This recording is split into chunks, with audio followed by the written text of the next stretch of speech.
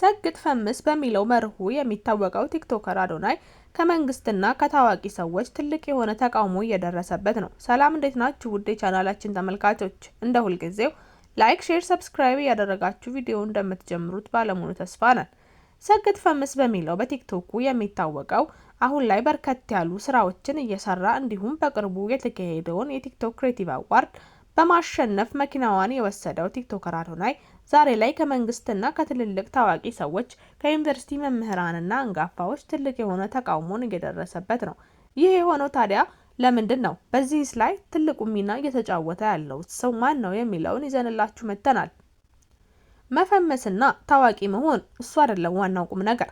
ግን አንድ ሰው ታዋቂ ለመሆንና ለመፈመስ ይዞት የሚመጣው ስርዓት ያለው ስራና ለሰዎች የሚጠቅም እንዲሁም ሰዎችን የሚያዝናና ኮንተንት ብለን የምንጠራውን ማለት ነው በደንብ አጢኑና ተዘጋጅቶ መምጣት ይኖርበታል የሚሉት እነዚህ ዛሬ ላይ ተቃውሞ ያነሱት ሰዎች በቲክቶከሩ ላይ እንዴት ነው አንድ ሰው ታዋቂ መሆን ብቻ ስግጥ ፍምስ የሚለውን መርህ ተከትሎ ታዋቂ ሆኖ ሰዎችን ለተለያዩ ነገሮች ሊያበቃና ሊያስተምር የሚችለው? ይህ ታዲያ እንደ ሀገር ትልቅ የሆነ ስራን የሚጠይቀን ነው ሲሉም ወቅሰውታል።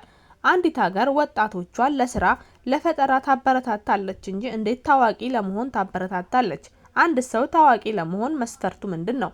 ግዴታ እጃችን ላይ ያለውን ስልክ ተጠቅመን ሰዎችን አቴንሽን ሊሰጡት የሚችለውን ነገር በማውራትና ለሰዎች የማይጠቅምን ነገር በማስተላለፍ መፈመስስ ምን አይነት የሳይኮሎጂ ችግሮችንና ሰዎችን ምንም ያክል ቢሰሩ ታዋቂ ካልሆኑ ምንም ጥቅም እንደሌላቸው ያስመስልና የሚሰሩ ሰዎችን ይነቅፋል ይላሉ። አንሰግጥም አንፈምስም የሚሉ በርከት ያሉ ሰዎችን በቲክቶኩ ሲመጡ አይተናል። ይህ የሆነው ታዲያ ትልልቅ ሰዎችም ሳይቀር ይህንን ፖስት ሪፖስት ሲያደርጉት አይተናል። ይህ የሆነው መፈመስ ዋናው ቁም ነገሩ ሳይሆን ስራውስ ምንድነው? ተይዞ የሚመጣው የማፈመሻዎች ስራ ለሰዎች ምን ያክል ይጠቅማል የሚለውን የኮንተንት ምርመራ ሳይደረግ እንዴት ነው ልጆቹና ወጣቶቹን በዚህ ልክ ስርዓት የሌለውን ስራ እንዲሰሩ የሚገፋፋው ተብሏል። በተለይ ደግሞ ይህንን የተናገረው ግለሰብ አርቲስት ሰራዊት ፍቅሬን ሰግጥ ፈምስ የተሰኘውን ማህበራዊ ዘመቻ ለመብራት ጋዜጣዊ መግለጫ መስጠቱን ሲመለከቱ መደንገጣቸውንና እንቅልፍ እንደነሳቸው ተናግረዋል። ብዙ ውጣ ውረዶችን አልፎ እዚህ የደረሰ ሰው ሰራዊት ፍቅሬ የመጣበትን የሙያ ትግልና ጉዞ ላይ ውሃ ከልሶ የዚህ ዘመቻ ፊት አውራሪ ሲሆን ለልጆቻችን የሚያስተላልፈው መልእክት ምንድን ነው? እዚህ የደረሱት ደድቤ ነው ሰግጬ ነው እያለ ነው ወይ ሲሉም በድንጋጤ ጠንከር ያለ ቃላቶችን ሰንዝረውበታል። አርቲስቱ የትምህርት ስርዓቱን መውደቁን፣ ሙስናና ሌሎች ሀገራዊ ችግሮችን ሳያነሱ የሰገጡትን ሰዎች ለማህበራዊ ዘመቻ ማነሳሳታቸው በጣም አሳዝኖናል። ምክንያቱም እሳቸው እዚህ የደረሱት ሰርተው ለፍተውና በርከት ያሉ ለሙያቸው ዋጋ እንደከፈሉ ረጅም ዓመታትንም በማስታወቂያው በፊልሙም ዘርፍ እስካሁን ድረስ እንዳሉ ይታወቃል። ታዲያ ይህ ሰው እንዴት ነው ሰግጡ ፈምሱ የሚሉ ሰዎችን በአደባባይ የሚሸልመው ሲሉም ወቅሰዋቸዋል። ይህ የሆነው ታዲያ ለትውልዴ በማሰብ ነው ያሉት እነዚህ ግለሰቦች ሀገሬ ትልልቅ ሰዎችና ባለስልጣን ሰዎች ብቻ አይደለም የሚያስፈልጓት እውቀት የተሞላባቸው አዋቂያንም ጭምር ነው። ታዲያ ዛሬ ላይ መፈመስም ብቻ ታርጌት ያደረገ ትውልድ ሲፈጠር እንዴት ነው ለነገዋ ኢትዮጵያ መልስ ሊሆነኝ የሚችለው ሲሉም በድንጋጤ ተናግረዋል። ታዲያ ይህን ንግግር እናንተ ተመልካቾቻችን ከምን ተወስዱታላችሁ? አንዳንድ ጊዜ መፈመስ ብቻ ዋጋ አለው ወይስ? አንዳንዴ ተናግረን ለመፈመስ ሲባል ዛሬ ላይ ወጣቶቹ ምን እያደረጉ እንደሆነ ሁላችንም የምናውቀው ነን። አንዳንዶች ራቁታቸውን ይወጣሉ። አንዳንዶች ከባልና ከሚስቶቻቸው ጋር የማይሆን ንግግርን እየተነጋገሩ ለመፈመስ ይጥራሉ። ከፊሎቹ ደግሞ ከልጆቻቸው ጋርም ሆነ ከእናቶቻቸው ጋር የማይሆን ንግግር ውስጥ እየገቡ ሰውን አቴንሽኑን ስባለሁ በሚል ቃላት እየተሰነዛዘሩ ማንነትን የሚነካ ንግግርን ሁሉ ይናገራሉ። ቀሪዎቹ ደግሞ በእምነትና በሃይማኖት በዘር እየተከፋፈሉ ሌላኛውን ሙልጭ አድርጎ በመስደብ ለመፈመስ ይሞክራሉ።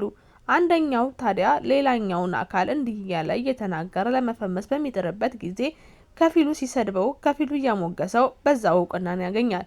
ይህ ታዲያ ወጣቱን አዳዲስ ስራዎችን ከመፍጠር ይልቅ እንዲህ አይነት ስራዎች ላይ ትኩረት አድርጎ የሰውን አቴንሽን እንዴት ልሳብ ወደሚለው እየሄደበት ነው። ቲክቶኩን እንግዲህ አንዳንዶች ለስራና የራሳቸውን ስራ ለማስተዋወቅ ንግዳቸውን ለማስፋፋት ይጠቀሙበታል። አንዳንዶች ደግሞ የራሳቸውን ፐርሰናል ብራንድ ለመገንባትም እንዲሁ። ቀሪዎቹ ደግሞ የማይሆንም ነገር ቢሆን ተናግሬ አትሊስት ፊቴን ሰው ይወቀው ልፈምስ በሚል ማስታወቂያዎች ይመጡልኛል በሚል ፎሎወሮቻቸውን ለማብዛት ይጠቀሙበታል። ይህ ያልተዋጠላቸው ትልልቅ ሰዎች ታዲያ ይህ ነገር እየሄደ በመጣ ቁጥር ሌሎች ወጣቶችና ህጻናትን ከትምህርቱ ባሻገር ለመፈመስ ያላቸውን ጥረት ከፍ ያደርገዋል ብለዋል። ከዚህ ቀደም ለቲክቶከር አዶናይ በመንግስት በኩል ማስጠንቀቂያ እንደተሰጠውም እናውቃለን። ይሄ ሆኖ ታዲያ በኢትዮጵያ አየር ኃይል ውስጥ በሄደበት ጊዜ ሰግጡ ፈምሱ እያለ እዛ ላይ የተሰበሰቡ ወታደሮች ላይ ፈምሱ ሰግጡ ሲልም ተናግሯቸው ነበር። ይህን ያስቆጣው የኢትዮጵያ አየር ኃይል ታዲያ ከዚህ በኋላ እንደዚህ አይነት ንግግር በተለይ ደግሞ የመንግስት አባል የሆኑ ትልልቅ ሰዎች ላይም እንዲሁ ወታደሮች ላይ የአገር ድንበር አስጠባቂዎች ላይ ፈምሱ ሰግጡ የሚለውን ንግግር እንዳይጠቀም አስጠንቅቀውታል።